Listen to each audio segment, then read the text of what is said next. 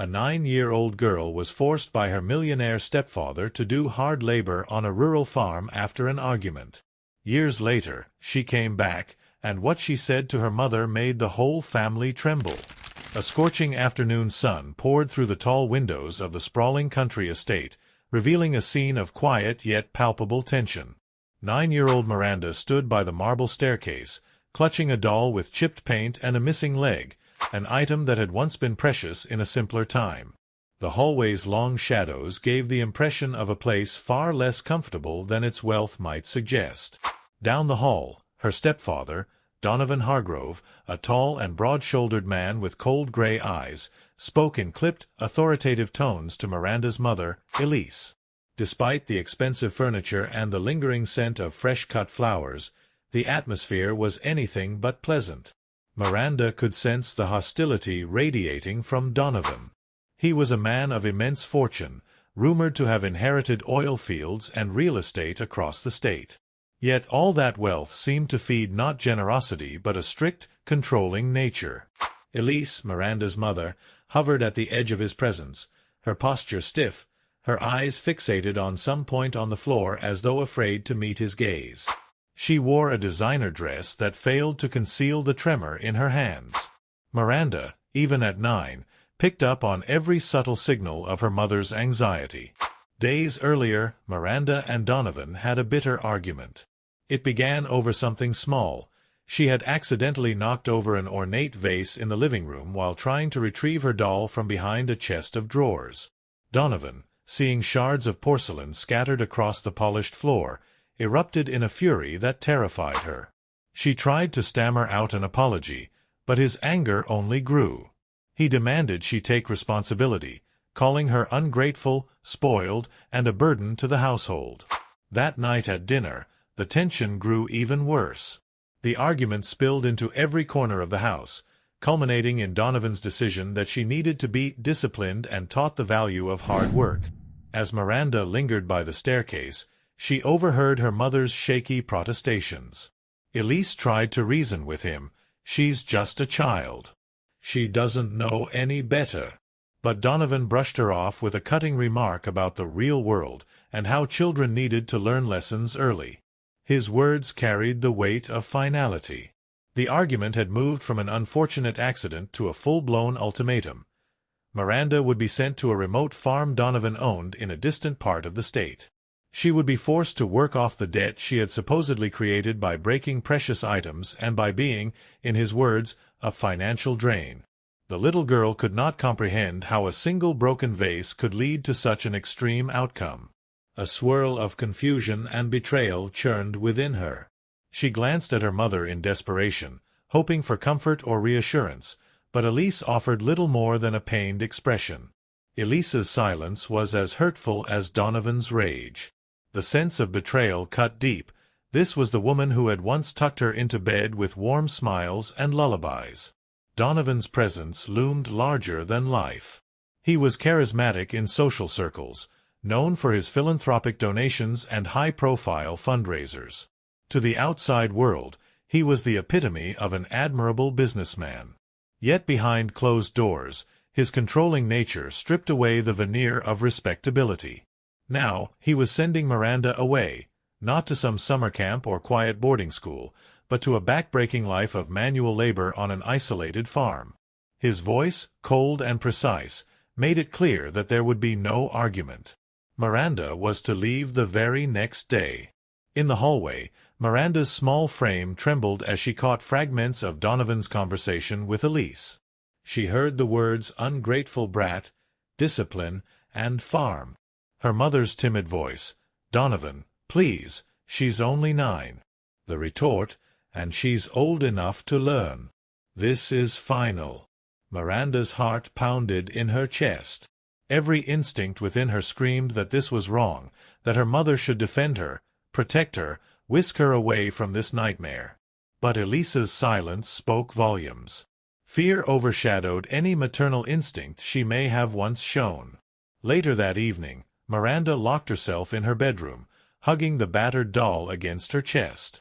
She sat by the window, looking out at the grand expanse of garden. Ornamental hedges and rose bushes glowed under the moonlight. In that moment, the extravagant scenery felt suffocating, a taunting reminder of her stepfather's wealth and power. A life of lonely chores and isolation loomed before her. Tears traced silent paths down her cheeks. The emotional damage of being rejected by her own family settled in like a lead weight around her heart.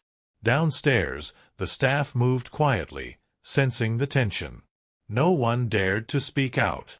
Donovan's wealth and influence extended far beyond the gates of their estate, ensuring that even the maids and gardeners were indebted to him in some way. Miranda's mother retreated to her bedroom. Not once did she come upstairs to comfort her daughter.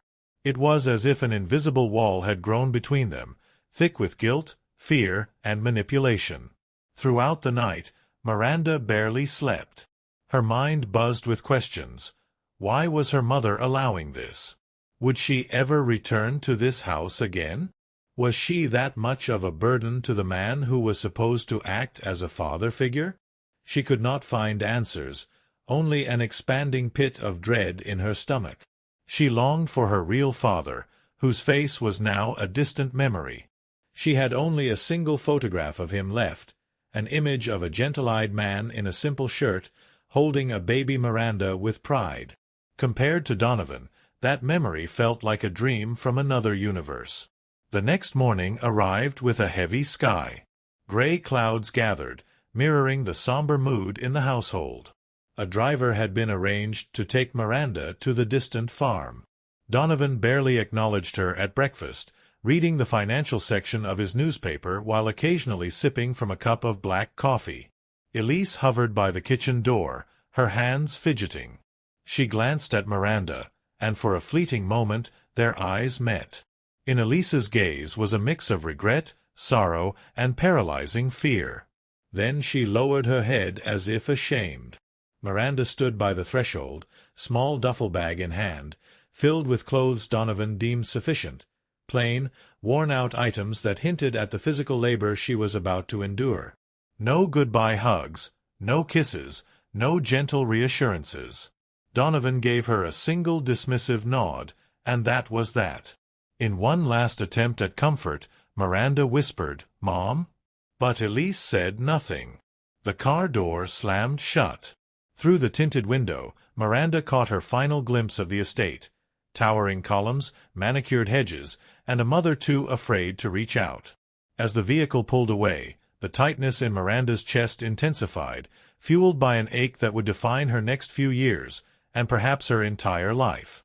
She had only turned 9, yet she felt as though her childhood had ended abruptly, replaced by an unimaginable future of toil and isolation. Outside, thunder rolled in the distance, a fitting prelude to the storm that was coming. And with that, the seeds of resentment were firmly planted in Miranda's young heart. The drive from Donovan's estate to the farm took several hours. Much of the journey wound through barren stretches of highway and dusty back roads. Miranda leaned her head against the window, taking in the changing landscape. The suburban sprawl gave way to rolling fields, and eventually, to flat expanses of brown earth dotted with creaking fences and abandoned barns. The sky overhead remained oppressive and gray. Occasionally, the driver would glance at her in the rearview mirror, but he maintained a professional silence. By mid-afternoon, the car turned onto a long, rutted dirt road flanked by parched fields on either side. A weathered wooden sign, half falling apart, read Hargrove Farm in peeling black letters. The farm itself was a sprawling property. Acres of neglected farmland, a cluster of old sheds, and a main house with chipped white paint. A few horses grazed near a fence that looked as if it hadn't been repaired in years. The land seemed barren of life, a stark contrast to the meticulously maintained estate she'd left behind. Upon arrival, the driver opened the car door but didn't help with her luggage. Miranda stepped out, her shoes sinking into the uneven, dusty ground. The air was thick with the scent of manure and the metallic tang of old machinery. A middle-aged man named Carl, tall, lean, with sun-baked skin, emerged from one of the sheds, wiping sweat from his brow. He offered no greeting beyond a curt nod. Word had apparently reached him that a child worker was coming. Discomfort flitted across his features, but he said nothing about it. Like everyone else under Donovan's employ, he had learned not to question orders. Miranda was led to a small, windowless room attached to the side of the main house. The interior was sparsely furnished with a single cot, a rough wooden table, and a single overhead bulb. The walls bore stains of long-ago water damage. Everything about the place felt cold and utilitarian, completely devoid of warmth or any suggestion that a 9-year-old girl would live there. She set her small duffel bag on the floor and stood in silence, absorbing her new reality. Carl cleared his throat awkwardly. "Donovan said you'll start chores tomorrow," he muttered. "You can rest for the evening." Then he glanced at her with an expression that suggested pity was brewing behind his lined face. "Supper's at 6, out back in the kitchen shed." He hesitated, perhaps wanting to say more, but thought better of it. Stepping back into the hallway, he closed the door with a weary sigh. Over the next few hours, Miranda explored the immediate surroundings. She found dilapidated stables with missing boards, a chicken coop that smelled rancid, and a cramped barn filled with old tools and broken machinery. The entire farm seemed neglected, with an air of exhaustion that matched her own sense of hopelessness. She noticed that there were a few farmhands, men and women who looked similarly worn by the harsh environment. Their gazes flickered toward her, curiosity mingled with concern, but none approached to speak. That evening, Miranda reported to the kitchen shed as instructed. A flickering fluorescent bulb cast a sickly yellow light over a wooden table. She was given a bowl of thin soup and a crust of bread. The other workers ate in silence, occasionally giving her small, sympathetic nods. The hush in the air was thick with unspoken questions. Why was a child here? Why wasn't she in school or with her family? But the presence of Donovan's rule, even at a distance, was enough to keep their mouths shut. After supper, she trudged back to her room. The corridor was dim, and a single dusty window at the far end let in the faint glow of moonlight. Shutting the door behind her, she settled onto the narrow cot. The night was eerily quiet except for the distant sounds of crickets and the rustle of a breeze through dry corn stalks. For the first time that day, she let out a small sob. Tears came unbidden, and she pressed her face into the thin pillow to muffle the sound. She thought about her mother, about the life she left behind. Anger and sorrow twisted inside her, forming a knot so tight she could hardly breathe. The next morning arrived with an early crowing of roosters. Carl's voice boomed through the hallway. "Up and at 'em." Miranda scrambled out of bed, still disoriented from restless sleep. She slipped on a pair of worn sneakers and stepped outside, blinking against the harsh sunlight. Carl directed her to the barn, where she was given a stack of wooden planks and told to carry them across the property to repair a chicken coop. The load was heavy, far too heavy for a child, but she did not complain. She remembered Donovan's words about discipline and learning, and a chill ran down her spine at the thought of what might happen if she protested. Carrying the planks made her arms ache, her shoulders burn. By the time she reached the coop, she was drenched in sweat, her hair matted against her forehead. She glanced at her surroundings. The soil was cracked, the weeds overgrown. Everything felt relentlessly oppressive. Carl showed her how to hammer nails into the boards, and though his instructions were brief and impersonal, she sensed he was not entirely without empathy. At times, he seemed to watch her from the corner of his eye, concern tugging at his features. But like everyone else on the farm, he was bound by Donovan's orders, and Donovan's money. Throughout the day, Miranda found herself hauling water buckets, feeding chickens, and sweeping out filthy stalls. Each chore seemed designed to push her childish limbs to their limits. Her skin stung from the midday sun, and the dust irritated her lungs. The emotional weight pressed on her as much as the physical tasks. She recalled Donovan's parting sneer, the way her mother had bowed her head, powerless or unwilling to intervene. By lunchtime, her hands were blistered, and her throat was parched. She was handed a canteen of lukewarm water and a small sandwich. A weary sigh escaped her lips as she slumped against a bale of hay for a brief respite. She observed the adults hustling about, each with their own tasks. No one was slacking. The fear of failing Donovan's expectations permeated every corner of this place. The farm was a realm of obligation, a testament to Donovan's relentless drive for control. As evening approached, Miranda trudged back to her room, each step heavier than the last. Her muscles screamed in protest, and she fought back tears of exhaustion. She had never imagined a life like this. At 9 years old, she was supposed to be in school, forming friendships, and returning home to a warm bed each night. Instead, she found herself in a silent, punishing environment where no affection was offered, and no rest was guaranteed. That night, she lay on the cot, staring at the cracks in the ceiling, her mind racing. She thought of her mother's face, the memory of it twisting her heart in knots. What would it take for Elise to rescue her from this misery? Her tiny voice seemed lost in the wind, swallowed by the isolation that loomed beyond these dusty fields. Miranda drifted into a fitful sleep, haunted by the new reality. She was no longer just a child.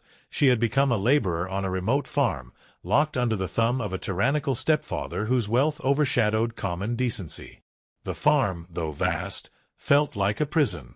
In the weeks that followed, Miranda's days settled into a punishing routine.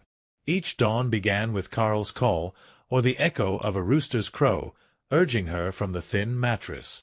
She would wash her face with cold water in a rust-stained basin and then slip into the same threadbare clothes. Tasks varied, from digging shallow irrigation ditches to hauling feed sacks heavier than she was. Although she was but a child, Donovan had made it clear through his messengers and occasional visits that no exceptions were to be made. Her stepfather's authority reached every corner of the property. Once a week, Donovan himself would arrive in a sleek black car, stepping out in pristine boots that seemed at odds with the muddy ground. He would do a cursory inspection, demanding updates on the farm's productivity.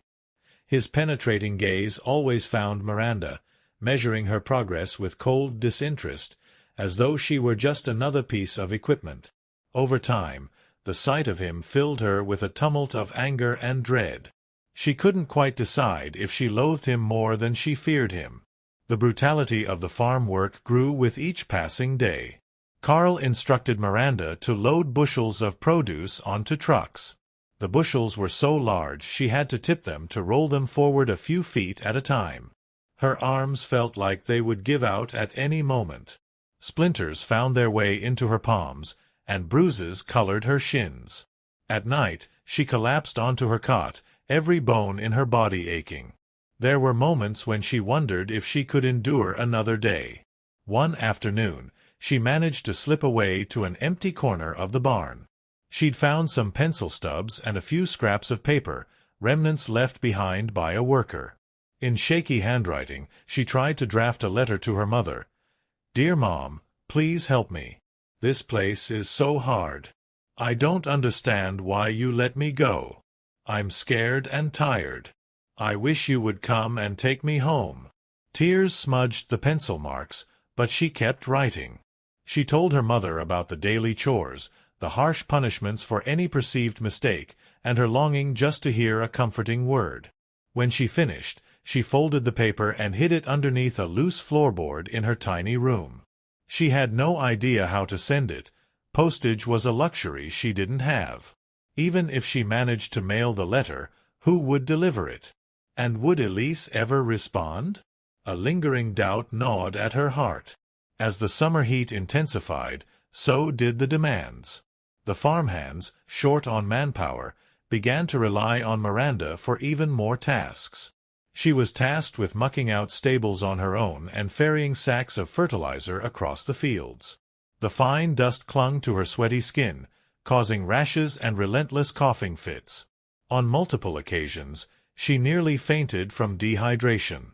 Each time, a worker would thrust a canteen in her direction, only to return to their own tasks moments later. There was little room for sympathy. One sweltering day, Donovan showed up unexpectedly. He strode through the fields, wearing a wide-brimmed hat and crisp white shirt, as if mocking the manual labor around him. Spotting Miranda struggling with a bale of hay twice her size, he paused. She braced herself, awaiting his inevitable criticism.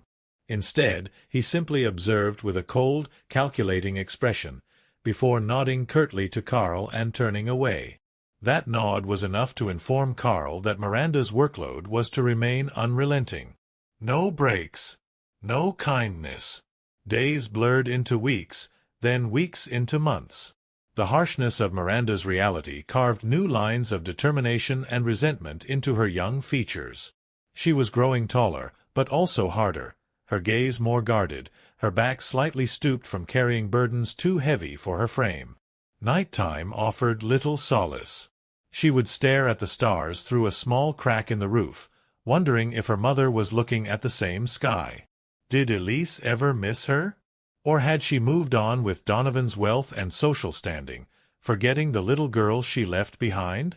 Miranda's letters piled up beneath the floorboard. Each one represented a tiny spark of hope. She wrote about the changing seasons, the animals she cared for, the fleeting moments of companionship she sometimes found with the farm dogs, and her persistent wish for her mother's rescue. But each letter ended the same way. Please, let me come home. While she toiled in the fields, she would see delivery trucks come and go. Sometimes she'd catch a glimpse of the driver flipping through a stack of mail. But fear kept her from begging them to mail her letters. She imagined Donovan's wrath if he ever found out. She'd seen him humiliate grown men for far less. Occasionally, she overheard hushed conversations among the farmhands. That poor kid. She ought to be in school, one would say, to which another replied, Donovan signs our checks. We keep our mouths shut. A heavy moral burden hung in the air, but necessity forced their silence. Some tried to be kinder in small ways, offering a better slice of bread at dinner or a gentle pat on the shoulder, but none dared to defy the man who controlled their livelihoods. The seasons shifted. Fall brought cool evenings that offered some relief from the heat, but it also introduced new tasks like harvesting corn and apples. The repeated bending and lifting wore on Miranda's body. By winter, frost coated the fields each morning. Her thin coat did little to ward off the biting cold as she fed the animals or lugged water to the troughs. She wrapped her arms around her shivering frame, longing for an indoor fireplace and a mother's warm embrace. Her injuries often went unnoticed or untreated. A slip on a patch of ice left her with a deep bruise on her hip. A hasty climb over a barbed wire fence tore her shirt and the skin beneath it. She learned to grit her teeth against the pain. Carl tried to help with basic first aid, applying antiseptic with a sad shake of his head. But he never said the words Miranda most needed to hear, "This is wrong." Perhaps he couldn't afford such honesty. She soldiered on, with each hardship further fueling her anger. The bitterness inside her swelled each time she recalled Donovan's name. She would vow silently that she would not live like this forever. Someday, she told herself, this nightmare would end, and she would return to her mother. The thought of confronting Elise, demanding answers for her betrayal, kept Miranda's spirit from completely collapsing. Then, in the midst of winter, a letter arrived, addressed not to Miranda, but to Carl. It contained instructions from Donovan, complaining about the farm's decreasing profitability. Reading between the lines, Carl sensed Donovan was about to implement harsher measures to force more output from the land, and from Miranda. Carl's face grew grim as he folded the letter. Later that evening, he approached Miranda in the barn, his jaw clenched. "You'll be cleaning the attic in the main house tomorrow," he told her. "Check for anything that can be sold or reused." His tone was neutral, but she detected an undercurrent of apprehension. Miranda merely nodded. Another chore. Another endless day. Yet, as she walked back to her room, she felt a strange pull in her chest. Something in Carl's voice hinted that whatever came next might be worse than anything she'd endured so far. The burden was growing, both physically and emotionally. The letters to her mother were unmailed, gathering dust beneath the floor. Her hands were calloused, her spirit weighed down by daily struggles. Somewhere within the farm's oppressive atmosphere, Miranda's resolve was quietly solidifying. She did not want to become a meek fixture of this place. She was determined that one day she would break free, no matter the cost. Winter's grip on the farm was unrelenting. Frost adorned every fence post each morning, and bare branches scraped against the cloudy sky. Miranda's breath hung in the air in white puffs as she stood by the tool shed. She gazed at the endless rows of frozen fields, her eyes settling on the distant silhouette of the main house. For all its peeling paint and signs of neglect, it still stood taller than anything else around, an implacable reminder of Donovan's ownership. Her first chore of the day led her to that attic Carl mentioned. Carrying a rickety metal ladder, she trudged through the hallway of the main house, which was rarely used by the farmhands. She caught a glimpse of faded wallpaper, chipped baseboards, and old family portraits coated in dust. The air smelled musty, a mix of mold and stale memories. She climbed the ladder and pushed open a creaking hatch. The attic was dark, with beams of weak sunlight filtering through holes in the roof. Old trunks, broken furniture, and piles of magazines cluttered the space. Miranda coughed at the swirling dust motes. She had been told to sort through these items to see what could be sold or scrapped. But as she rummaged, she stumbled upon a battered wooden chest with brass hinges. The lock had rusted through, making it easy to pry open.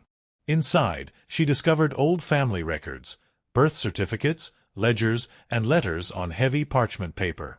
She recognized Donovan's name scrawled in an elegant hand, detailing various transactions and property deals.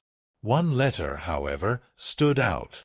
It bore a different name, her mother's, Elise, from years ago. The ink had faded, but Miranda could still make out phrases that sent her heart racing. The letter spoke of money, debts, and an arrangement that involved Miranda's biological father. She couldn't piece it all together right away, but it hinted at some secret relationship or financial entanglement. Her mind reeled with questions. Had Donovan manipulated her mother from the start? Did he use money to force some agreement concerning her upbringing? A spark of anger flared in Miranda's chest. If Donovan had coerced her mother, perhaps Elise was not entirely complicit. But that realization brought little comfort. The betrayal still stung. Why hadn't her mother explained anything or tried to protect her? For the moment, Miranda tucked the letter in her pocket, feeling an inexplicable sense of power in having something Donovan might not want her to see. Later that day, as she stepped outside, she felt the cold wind on her cheeks, cutting through her coat. Despite the chill, a fire of determination burned inside her. That night, after supper, she returned to her room and examined the letter under the weak bulb overhead. The language was formal and cryptic, referencing debts settled and arrangements maintained, with notations about farm properties. Part of the text suggested that Donovan had gained some controlling interest in Elisa's life, and by extension Miranda's. It was a puzzle she couldn't fully decode, but she understood enough to realize Donovan's cruelty had deeper roots than simple greed or a broken vase. Days passed, and Miranda found herself performing small acts of defiance. When told to carry 3 heavy buckets of water, she would deliver 2, leaving the third behind by accident. She would pretend to misplace tools, giving herself moments of respite. Although these rebellious gestures were minor, they signaled a shift in her mindset. She was no longer resigned to her fate. She wanted to push back, even in the smallest ways. One afternoon, a storm threatened. Gray clouds loomed overhead, and thunder rumbled in the distance. Carl ordered her to help tie down loose equipment before the wind picked up. While everyone else busied themselves with ropes and tarps, Miranda darted into the main house, heading straight for the attic. She rummaged through the chest again, skimming more documents that hinted at Donovan's questionable dealings. Stashing a few away, she felt a rush of adrenaline. Each piece of paper was like a fragment of armor, a tool she could one day use against him. Her rebellious streak came at a price. Donovan arrived for an inspection that evening, furious that some of the tarps had not been secured well enough. He demanded to see Miranda, scolding her in front of the entire staff. His voice boomed through the yard as he listed her supposed failings, from poor work ethic to general insolence. She stood there, arms stiff at her sides, trembling with a mixture of fear and fury. For the first time, she wanted to lash out. She wanted to shout that he had no right to treat her like this. But her words died in her throat. Donovan towered above her, his face contorted in rage.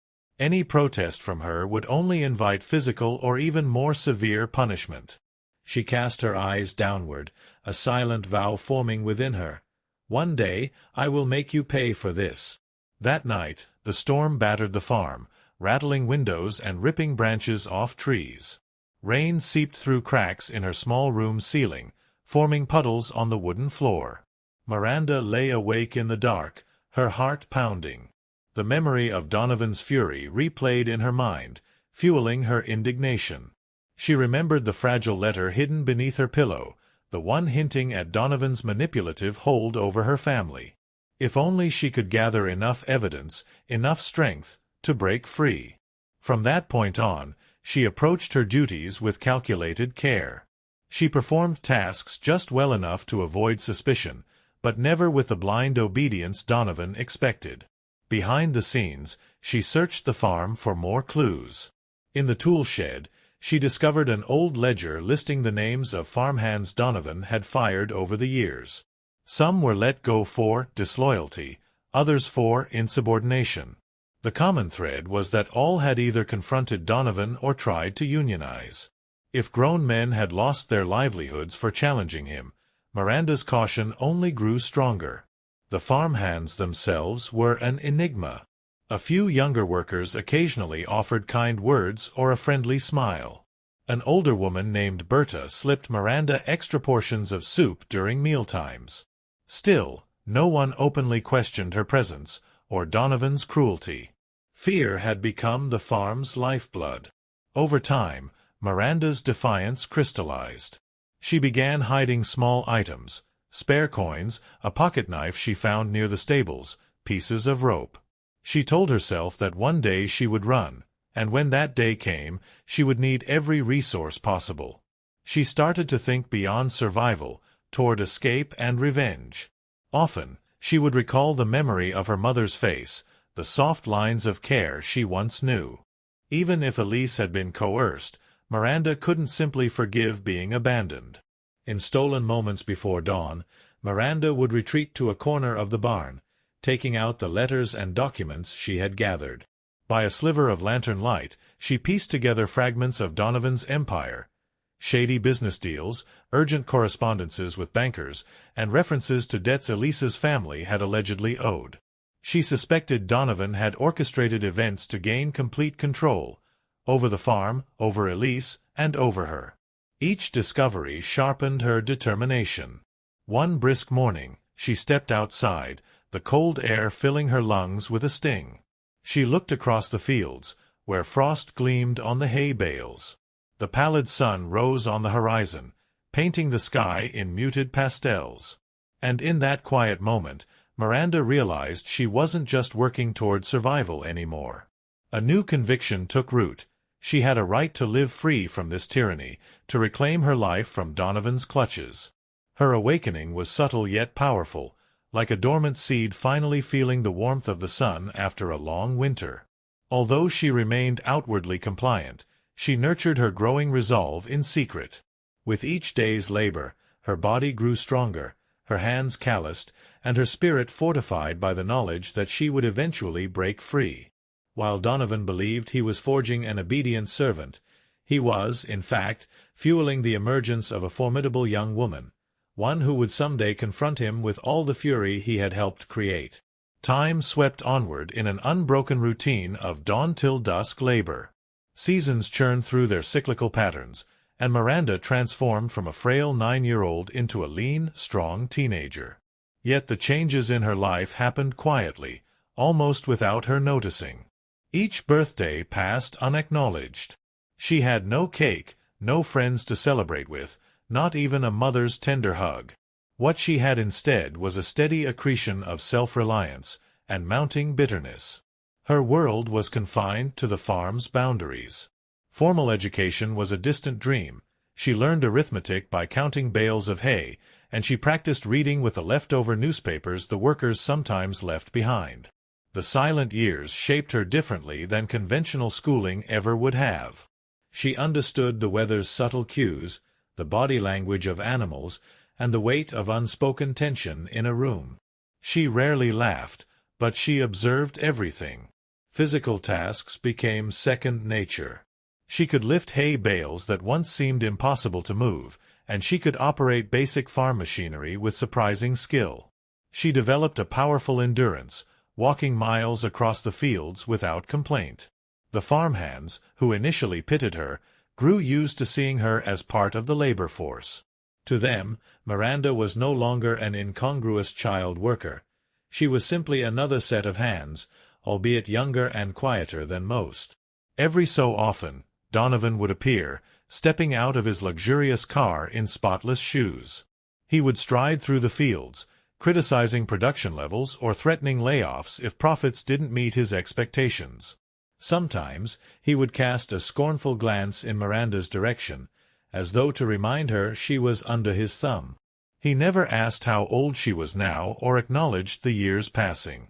She surmised that to him she was still the little girl who needed correction and discipline, a tool shaped by his will. Miranda concealed her letters and documents in an old crate beneath her cot. Each night she would add new scraps of information. There were references to Donovan's shady partnerships, rumors about illicit activities in nearby towns, and vague mentions of how he had gained legal guardianship over her. She guarded these papers like they were precious jewels, convinced that someday they might prove invaluable. Her emotional life was stark. She had no peers to confide in, no mother to share her hopes or fears. She learned to hide her feelings behind a mask of quiet resilience. On occasion, she would cry softly in the dim light of her room, mourning the childhood she never got to fully enjoy. But these moments were fleeting. More often, she simply felt numb, her anger and sorrow distilled into a cold determination. In the silence of the years, small moments of grace emerged. She befriended a stray cat that roamed the barn, feeding it scraps of leftover chicken. The cat would curl up on her lap at night, offering a wordless comfort. Sometimes, a farmhand named Juan, who had a gentle spirit and a kind face, would show her a trick for repairing machinery or advise her on how to handle the stubborn livestock more efficiently. These tiny kindnesses acted like brief candles in an otherwise dark existence. Miranda's adolescence arrived with little fanfare.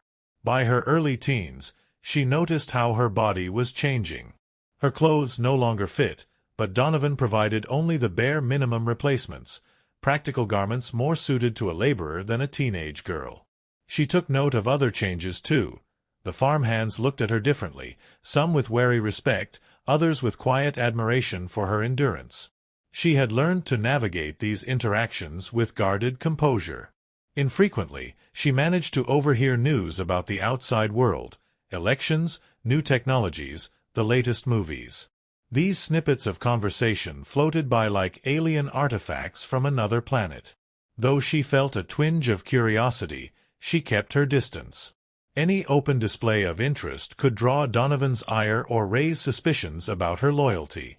Instead, she absorbed the information silently, forming a mental tapestry of a world that felt both near and impossibly distant. Every birthday, she marked a small notch in the wooden leg of her cot. By her 16th mark, her youthful roundness was gone, replaced by defined muscles and a sharper gaze. Yet the hollowness in her eyes remained. She had grown in body, but her spirit was tethered to the lonely routines of the farm. The question of what next simmered in the back of her mind. One chilly autumn morning, she stood in the pasture, watching golden leaves flutter to the ground. A sudden ache gripped her chest. She realized in that moment how many years had slipped by since she last saw her mother. She wondered what Elise looked like now, if her hair had begun to gray, if she still wore the same perfume. Did she think of Miranda at all? Or had Donovan's wealth and status allowed Elise to move on without guilt? The silent years had transformed Miranda, but they had also starved her of a key part of herself, her sense of belonging. She knew only discipline, hard work, and the hush of a farm overshadowed by one man's oppressive rule. Yet beneath that hush, a spark of her original innocence still flickered. She longed for warmth, for understanding, for the simple act of being loved. When Donovan next visited, she caught a snippet of his conversation with Carl about closing a deal on another property. Miranda deduced that Donovan's empire was growing, which likely meant his arrogance and disregard for others would grow too. She kept her head low, continuing to move crates while eavesdropping. Donovan made a passing reference to Elise. "She's managing the estate. I'll bring her by next time." Miranda's heart lurched. The possibility of seeing her mother, trapped by Donovan or otherwise, sent a surge of conflicting emotions through her veins. Part of her wanted to confront Elise, demand an explanation, while another part feared the pain of discovering her mother's indifference. One evening, as she was sweeping out the barn, she found an old radio someone had left behind. It barely worked, but fiddling with the knobs, she managed to catch static-laced music and a faint talk show. The host was discussing ambition, resilience, and the human capacity for change. Though the signal crackled and faded in and out, a certain phrase stuck with her. "We always have a choice, even if it's just to endure until the right moment arrives." She repeated those words to herself all night. That bit of inspiration was the closest thing she'd had to a mentor in ages. By her late teens, the staff began to treat her more like an adult. Carl sometimes assigned her to supervise younger workers or double-check inventory. She took advantage of the trust to slip away occasionally, exploring seldom-used parts of the farm or rummaging through old storage areas. She grew adept at forging signatures on inventory sheets, a skill that fed into her quiet preparations for an eventual escape. Each small rebellion stoked the flame inside her, reminding her that she was more than a victim. She was a prisoner waiting for the perfect time to break free. The silent years stretched on, but they were not without purpose. Like steel tempered in fire, Miranda's resolve hardened each day. She compiled more of Donovan's incriminating records, meticulously hiding them in a waterproof box beneath a loose floorboard. She honed her physical strength, tested her courage in small acts of defiance, and nurtured a calm, calculating mind. And in moments when loneliness threatened to crush her spirit, she remembered the child she had been at 9 years old, the girl who clutched a broken doll, who wrote pleas to a mother that might never be answered. That child was still there, her heart brimming with a raw desire for justice and love. The silent years could not extinguish that yearning. They only gave it the quiet space to grow into something powerful, an unspoken promise that one day she would confront all that had been stolen from her and reclaim her life in ways Donovan could never imagine. The day began like any other. Miranda woke before dawn, slipped into her patched jeans and heavy boots, then trudged outside to feed the animals. But something felt different. The sky was tinged with the faintest glow of orange, and an eerie calm hung over the farm. She couldn't place the source of her unease until Carl approached her, shoulders slumped, eyes grim. "Donovan's coming," he muttered, scuffing the dirt with the toe of his boot. "He's in one of his moods. Best keep your head down." He didn't say more, but the look on his face spoke volumes. Miranda gave a curt nod and resumed her chores, bracing for whatever storm Donovan might bring. By mid-morning, the familiar black car pulled up to the main house. Donovan emerged, taking long strides onto the porch. His gaze swept the property, settling on Miranda, who was carrying a bucket of feed. He beckoned her over with an imperious wave of his hand. Heart-pounding, she obeyed. As she approached, she noticed the tightness in his jaw, the barely contained fury in his eyes. "The farm's not turning enough profit," he snapped, thrusting a sheaf of papers in her direction. "Carl says you're one of the most capable workers here, so you'll do what's needed.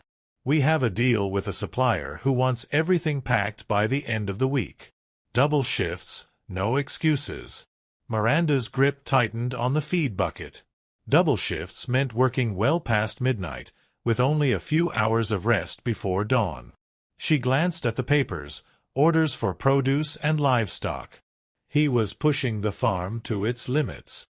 She met Donovan's gaze, forcing herself to remain composed. Though anger flared in her eyes, she simply nodded. The next few days were a brutal test of endurance. Miranda supervised teams of workers, loading trucks with crates of vegetables and herding livestock under harsh floodlights. Carl helped where he could, but he, too, was exhausted. Donovan circled them like a hawk, barking orders, threatening firings, reminding everyone that failure had dire consequences. It was during one of these late-night shifts that an accident nearly claimed Miranda's life. She was stacking crates when a heavy one toppled from the top of the pile, narrowly missing her head. It crashed to the ground, bursting open with produce and shards of wood. Donovan rushed over, not to check if she was hurt, but to berate her for mishandling valuable stock. Something inside Miranda snapped. The near-death experience and his callous reaction crystallized her decision. She had to leave, and it had to be soon. That night, as she nursed bruised arms and a cut on her temple, she laid out her plan. Over the years, she had stolen small bills and coins whenever possible, squirreling away a modest stash. She had the documents and letters that hinted at Donovan's corrupt empire. She knew enough about the farm's layout to slip past security cameras. Donovan had installed a few, but they were old and easy to dodge, especially under cover of darkness.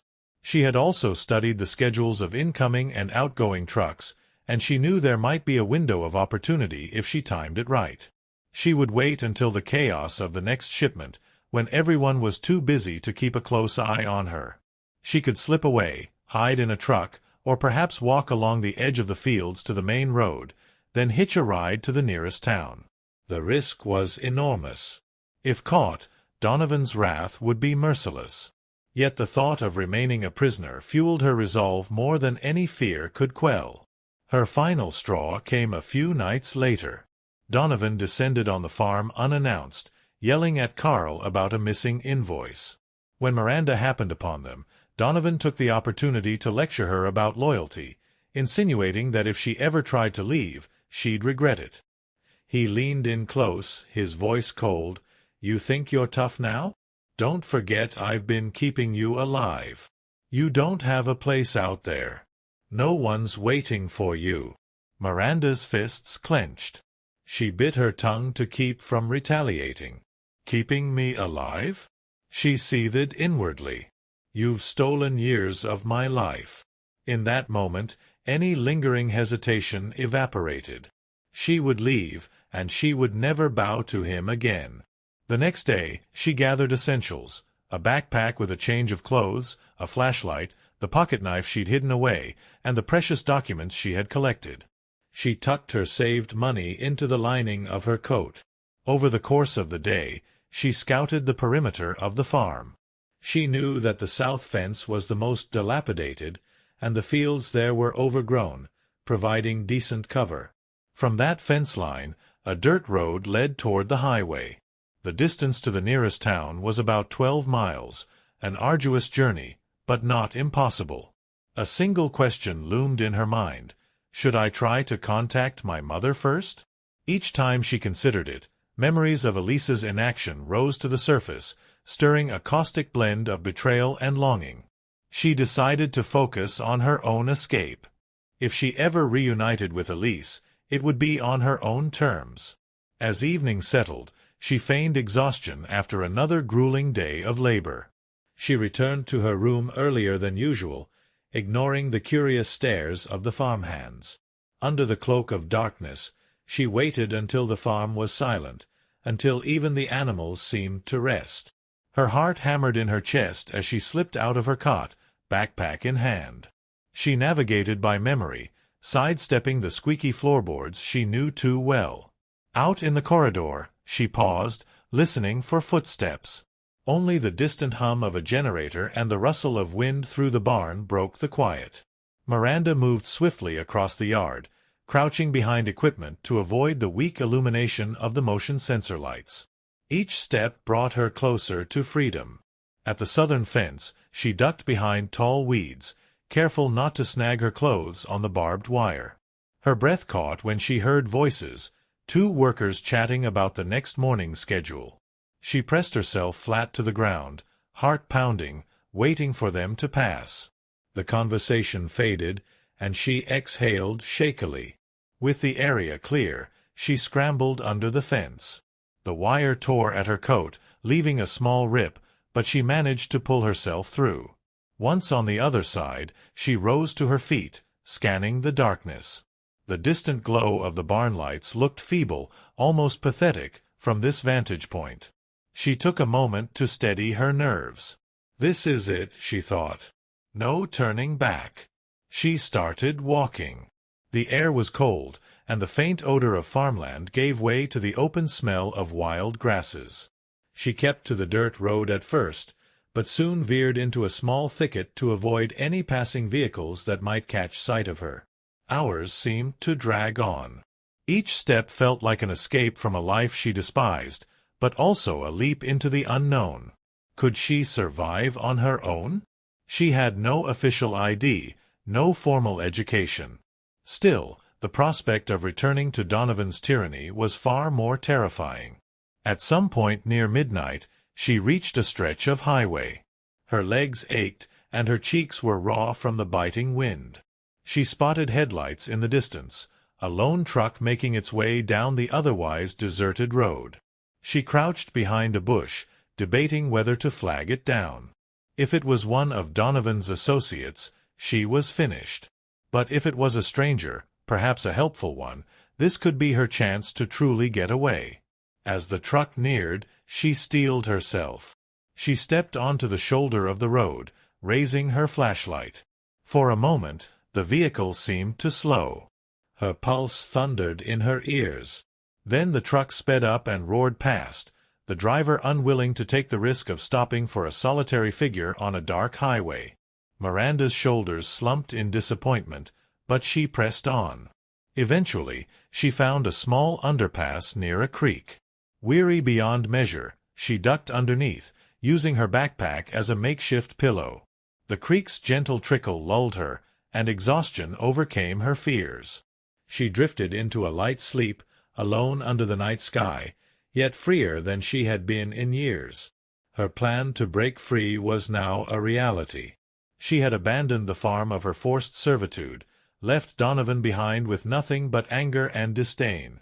Where she would go from here remained unclear, but for the first time she had a choice. And in that solitary moment, despite the cold and uncertainty, a quiet sense of triumph welled within her. She had reclaimed her agency, and there would be no going back. Waking at dawn, Miranda found herself stiff and chilled beneath the underpass. She blinked away sleep, her body protesting each movement. A faint strip of sunlight crept across the creek, heralding a new day. She rubbed her arms for warmth, mentally readying herself for the challenges ahead. The farm was miles behind her. Donovan's domain no longer held her hostage. Yet, in the growing light, she faced a reality that was both thrilling and terrifying. She had no idea how to navigate the outside world. She filled her canteen from the creek, taking careful sips of the cool water. Her breath fogged in the morning air, and she used the lull to collect her thoughts. She had a small amount of money, some documents that might incriminate Donovan, and a fierce determination to survive. But she had nowhere to go, no safe house, no friend or relative who could take her in. Her one living family member, Elise, was still entangled with Donovan. After a moment of reflection, she decided her first priority was reaching a town where she could find temporary shelter and perhaps some form of work. Setting off along the highway, she kept her eyes peeled for any sign of traffic. Hours passed before a worn-out pickup truck finally appeared on the horizon. This time, Miranda stuck out her thumb, heart pounding. The truck slowed, an elderly woman behind the wheel eyeing Miranda warily through the window. After a tense moment, the driver gestured for her to hop in. Miranda climbed onto the passenger seat, clutching her backpack tightly. "Where you headed?" the woman asked, her voice weathered by time but not unkind. "Just," Anywhere, Miranda admitted, her throat dry. She offered a half-truth. I need to reach the nearest town to find work. I left a bad situation. The woman nodded, eyes flickering with sympathy. Name's Ethel. I'm headed to Miller's Creek, about 20 miles down this road. Got a general store, a diner, a motel. Not much else. But it's a place to start. Miranda managed a grateful smile, though her guard remained up. Thank you. They rode mostly in silence.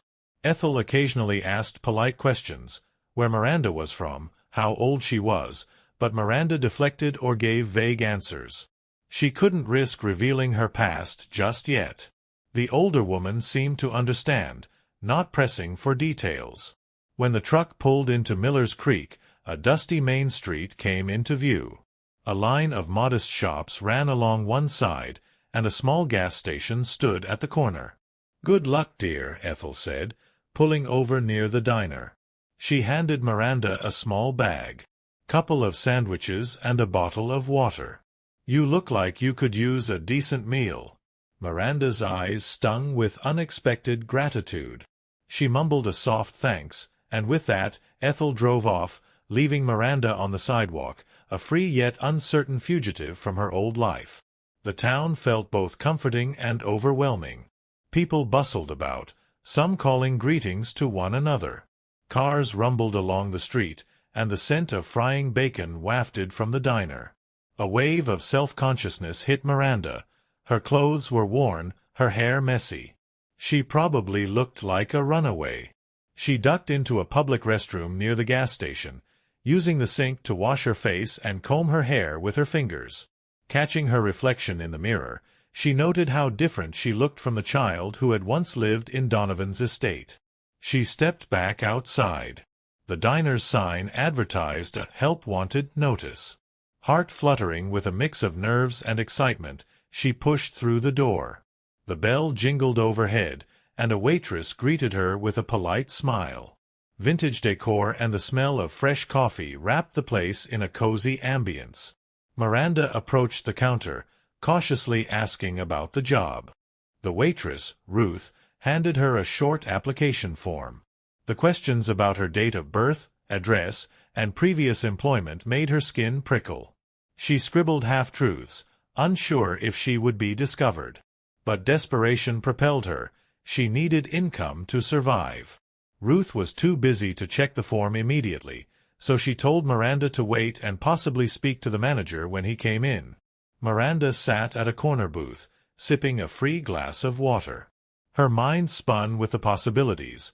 Would Donovan send people after her? Had he already reported her as a runaway? Did the police keep track of missing minors, even if they were forced laborers? Fear kept her on edge, scanning each new customer who walked in. While waiting, she studied the environment. The faded menu board, the clatter of dishes, the hum of a jukebox in the corner. These small details, so mundane to most people, felt novel and exhilarating to her. "This is the world I was kept from," she mused. "A place where people can work and live without fear of a single man's iron fist." Eventually, a man in his 50s, wearing a stained apron, approached.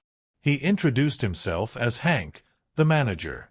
After a brief conversation, he agreed to let Miranda bus tables and wash dishes for cash under the table. No official paperwork required. Relief coursed through her. It wasn't glamorous, but it was a start. That evening, she scrubbed dishes until her hands were pruny, but she left with a small wad of bills in her pocket. Enough for a cheap motel room, at least. Settling into a dingy motel on the edge of town, she double-locked the door and placed a chair against it for extra security. The single bedroom was sparse, with peeling wallpaper and a flickering overhead light. But to Miranda, it was a sanctuary. She took a hot shower, letting the steam wash away layers of grime and despair. As she stepped out, she caught her reflection in a cloudy mirror. Her once childlike features had sharpened into those of a determined young woman. A wave of pride and sadness mingled in her chest, pride that she had taken this step, sadness that her life had led her here, alone. Over the following days, she toiled at the diner, earning meager wages but cherishing her newfound freedom. She learned to handle cash, serve coffee, and even chat with regulars, although she remained guarded about her past. She saved every dollar she could, spending only on motel rent and a few basic supplies. Often, she would slip away to the public library, a small building near the town square. There, she read newspapers and books, devouring knowledge she had been denied for so long. She researched labor laws and abuse hotlines, but worry that Donovan had powerful connections kept her from contacting authorities. One afternoon, while flipping through local papers on a library computer, she found a small article about Donovan's philanthropic donations to a nearby hospital. The piece praised him for his generosity, listing him as a pillar of the community. Seeing his face in the photo, smiling and polished, ignited a surge of anger. He's still out there, fooling everyone. The thought of her mother pricked at her conscience. Was Elise standing beside him at these events? Was she also putting on a facade of respectability? The question of confronting her mother gnawed at her relentlessly. She decided that once she was stable, once she had enough money saved and a plan in place, she would find Elise. Whether to demand an explanation, seek closure, or offer forgiveness, she wasn't yet certain. But she knew the day would come when she would have to face the family she left behind. Miranda made connections in Miller's Creek, fellow waitresses, a kind librarian named Agnes, and a neighbor at the motel who introduced herself as Clara. Through these acquaintances, she learned about low-cost night classes at the community center, where she might at least patch up her basic education. Although she was older than most high school-aged students, she swallowed her pride and attended a few sessions. The first time she wrote an essay for a mock assignment, tears threatened. She realized how much she had missed out on, but also how far she'd come on her own. Despite her forward progress, she remained vigilant. At night, she dreamed of Donovan's wrath, imagining him storming into the diner or dragging her out of the motel. She kept the documents and cash locked in a small safe she'd bought at a thrift store, carrying the key on a necklace around her neck. Each morning, she would glance in the mirror and remind herself, "I am free. I got this far. I won't be broken again." In this way, weeks slipped by, turning into a few tentative months. Miranda was forging a life on the outskirts of society, slowly building confidence and resources. She felt something unfamiliar blooming in her chest, the stirring of hope.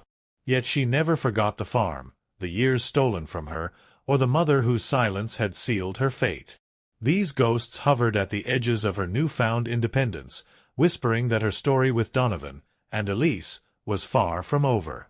By the time autumn leaves draped the sidewalks of Miller's Creek in fiery reds and golds, Miranda had settled into a cautious routine. She awoke early each day, slipped on her simple uniform, and walked to the diner, greeting a handful of regulars by name. She'd exchange quick smiles with Ruth, the friendly waitress who had first given her the job application. By evening, she often headed to the community center for night classes, immersing herself in the basics of math, literature, and social studies. Her thirst for knowledge bordered on ravenous. Each nugget of information was a small piece of a world she was still learning to navigate. Outside these daily rituals, she maintained a low profile.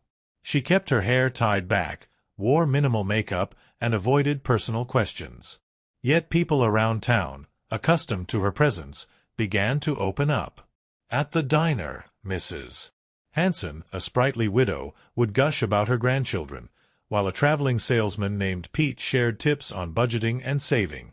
These interactions, as ordinary as they seemed, were brand-new experiences for Miranda. She began to realize that not everyone was like Donovan, ruthless, manipulative, demanding absolute control. Her body had changed as well. The rigorous physical labor on the farm had given her a sturdy build, but her once too thin frame now filled out as she ate regular meals. Night classes expanded her mind, teaching her to question, to debate, and to dream. She sometimes laughed at her own ignorance of popular culture. Movies, music, and internet trends were a foreign language to her, but she was catching up, one conversation at a time. Through it all, she maintained the fierce independence that had blossomed from years of surviving adversity. One evening, she returned to her motel room to find a letter slipped under the door. It was from the community center, congratulating her on excellent progress. Enclosed was a brochure for a scholarship program that offered vocational training for young adults who had missed traditional schooling. Miranda's heart pounded with excitement. Could she dare to imagine a professional future, something beyond menial labor? She read the brochure under the dim lamp, absorbing phrases like professional certification and hands-on career skills. She envisioned a life where she could rely on a stable job, possibly move out of the motel, and find a real home. But the shadow of Donovan lingered. Could she truly build a life without addressing the open wound of her past? The turning point came when she overheard a diner customer discussing new regulations at the local courthouse. The conversation drifted toward injunctions, lawsuits, and restraining orders. Miranda froze in mid-step, the words echoing in her mind. Restraining order. Could she secure one against Donovan, ensuring he couldn't legally come after her? What if she could expose his history of abuse? The idea set her heart racing with possibilities and fear. She wondered if she had enough evidence in her stash of documents, and if the local legal system would even care about a wealthy man's private family matters. Still, the spark had been lit. Over the next few weeks, she spent her free hours researching legal processes. She discovered that she would need an attorney, or at least some form of legal aid, to navigate filing formal complaints against Donovan. In hushed conversations with a volunteer at the community center, a retired paralegal named Barbara, she gleaned insights into how to approach such cases. Barbara advised caution. Rich men have many defenses. You need solid evidence, a timeline of events, and possibly witnesses. Miranda's chest tightened. Witnesses? The farmhands were too afraid, or too loyal to their paychecks, to testify. Carl might sympathize, but would he risk Donovan's retaliation? She weighed her options, feeling her old anger resurface. A piece of her wanted to put Donovan behind bars, ensuring no one else would ever suffer the way she had. Another part feared that picking a legal fight with him might prompt a furious response, jeopardizing her fragile new life. Meanwhile, the question of her mother remained unresolved. Did Elise know Miranda had escaped? Did she care? Each time Miranda considered reaching out, she replayed the memory of her 9-year-old self, begging Elise to intervene as Donovan sent her away. She recalled how Elise lowered her gaze in silence, yielding to Donovan's will. The bitterness choked any impulse to seek a reunion. But as weeks went by, curiosity gnawed at her. What if there was more to Elise's story? What if Donovan had threatened her into submission? On a crisp Sunday afternoon, Miranda decided to walk by the local church, drawn by the sound of distant choir music. She slipped into a pew at the back, where a sermon was in progress. Though she wasn't religious, the collective hush and the resonance of the choir moved something inside her. She observed families sitting together, exchanging kind smiles or comforting pats on the shoulder. It struck her that she had never truly experienced a communal sense of belonging. The farm had been an island of fear, and now she was an island unto herself. Tears threatened to surface, but she blinked them away, uncertain of their origin, sadness for her lost childhood or longing for a family that might still love her. She left the church before the service ended, feeling emotionally raw. That night, in her motel room, she rummaged through her documents. Old letters from her mother, the incomplete ones Miranda had written but never mailed, receipts and ledgers implicating Donovan. She spread them across the bed. Clutching one of Elise's letters, she read lines about debt, fear, and a misguided belief that Donovan's wealth was the only way to secure Miranda's future. A new understanding took shape. Elise might have been trapped in a different way, manipulated by Donovan's power and money. Compassion mixed with anger in a chaotic swirl. Miranda realized she needed closure, no matter how painful. She had to confront her mother eventually, to find answers that only Elise could provide. Whether that meant forgiveness or condemnation, she would not live in the dark any longer. In the weeks that followed, Miranda took the first steps toward forging a confrontation. She called the estate's landline from a public payphone, her heart hammering. A maid answered. Miranda froze, uncertain of how to proceed. Stammering an excuse about a wrong number, she hung up quickly. Then she tried searching property records at the library, confirming that Donovan still owned multiple estates, including the one where she had spent her earliest years.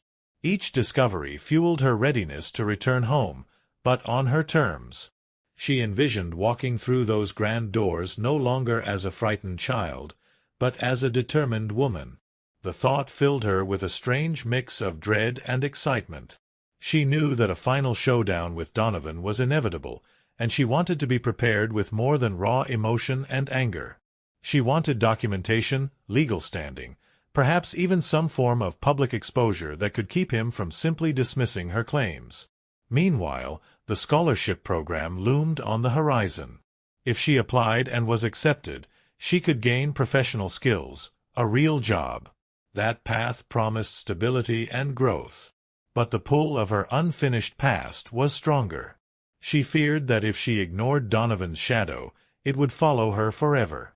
A counselor at the community center, sensing Miranda's internal conflict, gently advised, "Sometimes to move forward, we have to go back."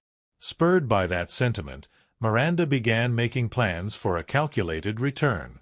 She saved more money, secured extra documents, and drafted letters detailing her experiences. She still worked at the diner, still quietly studied at night, but her focus shifted. She was preparing for a confrontation with the stepfather who had stolen her childhood, and, possibly more daunting, a reunion with the mother who had allowed it to happen. The woman Miranda was becoming, resilient, resourceful, and unyielding, was miles away from the frightened 9-year-old laboring on Donovan's farm. Yet remnants of that child still lived in her, fueling her sense of injustice and her yearning for a final reckoning. She would not arrive at the estate as a victim but as a force to be reckoned with. Whether her mother welcomed or feared her would be secondary. The key was unveiling the truth and reclaiming her life on her own terms. And so, as the leaves drifted from green to gold, so did Miranda's life change color, deepening in complexity and purpose. She stood on the brink of a new chapter, one that would test every lesson she had learned through years of hardship, and one that could finally bring her the closure and freedom she'd sought since she was 9 years old. The small lamp on Miranda's motel desk burned late into the night as she pored over notes, articles, and carefully tucked away letters. Autumn had transitioned to a damp, gray winter, and the colder weather kept her indoors after her diner shifts. She balanced a pen between her fingers, scribbling reminders on sticky notes. Check legal clinic hours, gather financial statements, locate Carl if possible. Her plan to confront Donovan, and by extension her mother, had become more than an abstract idea. It was a meticulous operation. Rumors had started circulating in Miller's Creek. A traveling farmhand mentioned that Donovan was under scrutiny for questionable land deals. Another local who sold feed to Donovan's property confirmed there had been an uptick in audits and inquiries. Miranda's heart quickened at these tidbits of gossip. If external pressure was building on Donovan, perhaps it would be easier to bring her own evidence to light. She felt a cautious sense of hope that the community at large might finally see the cracks in his polished image. Despite that hope, she knew Donovan still wielded immense power. His philanthropic veneer and financial reach allowed him to sidestep many obstacles. She needed every advantage. So she quietly sought out contacts, people who might stand against him or at least speak on her behalf. Her first real lead came from Barbara, the retired paralegal at the community center. Over a cup of coffee, Barbara shared the name of an investigative journalist who specialized in exposing corruption. The journalist, a woman named Selena Cole, worked freelance and had a reputation for digging into corporate malfeasance. After much internal debate, Miranda decided to contact Selena. Late one night, she typed out a cautious email from a library computer, detailing only the broad strokes: child labor on a private farm, wealthy stepfather covering up abuses, and documents in my possession. She left out names, not wanting to tip Donovan off if he had any way of monitoring her.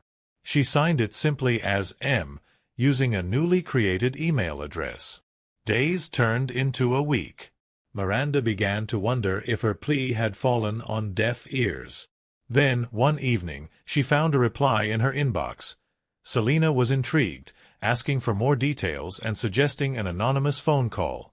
Miranda's pulse raced. She arranged a time to speak at a payphone by the edge of town. Cloaked in a heavy coat, she shivered in the cold as she dialed the number. The call rang twice before a confident female voice answered. Selena's questions were direct and incisive. She wanted dates, specifics of the abuse, any corroborating witnesses, evidence of Donovan's wrongdoing. Miranda provided as much as she could, carefully omitting her current location and identity. "If what you're saying is true, this could be big," Selena said, her voice serious. "But I need something tangible. Documents, photographs, a paper trail that connects him to the labor violations." Miranda swallowed hard. "I have some letters, a few ledgers, and records that hint at fraudulent deals. It's not bulletproof, but it's a start. I'll be in your area in about 2 weeks for another story. If we can set up a safe meeting, I'll review what you have," Selena offered, her tone brimming with cautious eagerness. They agreed to connect again soon. As Miranda hung up the phone, she felt the winter wind bite her cheeks. She realized she was trembling, not just from the cold, but from the magnitude of what she was about to do. If the journalist went public with her story, it would undoubtedly force Donovan into the spotlight. It could lead to legal repercussions, maybe even prison time for him. But it would also escalate the danger for her, especially if Donovan discovered her whereabouts. In the meantime, rumors from the estate continued trickling in. One story claimed Donovan was preparing a lavish holiday party, presumably to showcase his charitable spirit despite the mounting suspicions. Another indicated the farm where Miranda once toiled was under partial renovation, possibly to erase traces of the living conditions she had endured. Each rumor, though minor, reminded her that Donovan was proactively shielding himself, controlling narratives before they spun out of his grasp. Miranda doubled down on her preparation. She practiced lines of questioning she might throw at Elise. "Why did you let him take me? Did you owe him money, or was there blackmail involved?" She mentally rehearsed how to confront Donovan without succumbing to the terror he once instilled in her. She even wrote down phrases she might say, imagining the final confrontation in the estate's grand foyer. Her nights became sleepless. Sometimes she woke to nightmares of being dragged back to the farm, forced to toil once more under Donovan's watchful eye. Other times, her dreams were flooded with images of her mother, tear-stained, apologizing, though never explaining. She took to walking the streets late at night, under flickering street lamps, just to clear her head. The hum of distant cars on the highway provided a rhythmic counterpoint to her swirling thoughts. During one of these nighttime walks, she passed by a row of darkened storefronts. A flyer taped to a window caught her eye. "Open mic night, speak your truth." The event promised a platform for anyone wanting to share personal stories. Miranda paused, considering the notion. Could she speak openly about her experiences without naming names? Would it help her muster the courage for the real confrontation looming ahead? In the end, she decided against it. Her focus was laser-sharp on the final reckoning, and she needed to conserve her emotional energy. She wasn't ready to bare her soul to a roomful of strangers, not when the most important conversation remained with the people who had shaped her tragedy. As the day of Selena's visit approached, Miranda prepared a small, concealed bundle of documents. She organized them chronologically: birth records indicating her father's death, letters from Elise discussing financial stress, receipts that linked Donovan's accounts to the farm, and a personal journal where she had noted every beating, every forced chore, every hateful remark. Though the journal was raw and unfiltered, it was tangible evidence of the abuse. She planned to show Selena only some of it, retaining the more sensitive pages for leverage if needed. The morning Selina arrived was damp and overcast. They had arranged to meet in a park near the outskirts of Miller's Creek. Miranda chose a bench beneath a large oak tree, its leaves sparse in the chilly winter air. Selina, a poised woman in her 30s, approached wearing a long coat and holding a sturdy messenger bag. Their introduction was brief but charged with mutual respect. Miranda handed over the documents, her fingers shaking slightly. Selina flipped through them, her eyebrows arching at several points. "This is substantial," she admitted, voice low. "Not conclusive, but enough to raise serious questions. We'll need more, though. Photos, testimonies, maybe even your on-the-record statement." Miranda nodded. "I'm planning to confront Donovan soon. And my mother. If I can get them to admit anything or show their hand, would that help?" "It could," Selina agreed. "But be careful. Men like Donovan don't get cornered easily, and if he suspects you're working with the press, he might retaliate." Miranda's jaw set. "I'm not afraid of him anymore." Their conversation wrapped up with Selina promising to investigate further. She urged Miranda to stay safe and to consider going public at the right moment. "When the time comes," Selina said, "reach out to me.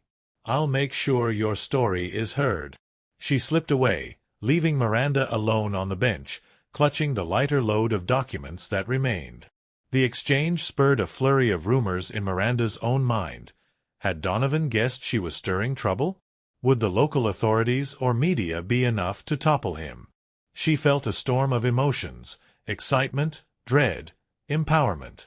On her walk back to the motel, she drafted mental timelines, imagining scenarios for how the confrontation could unfold.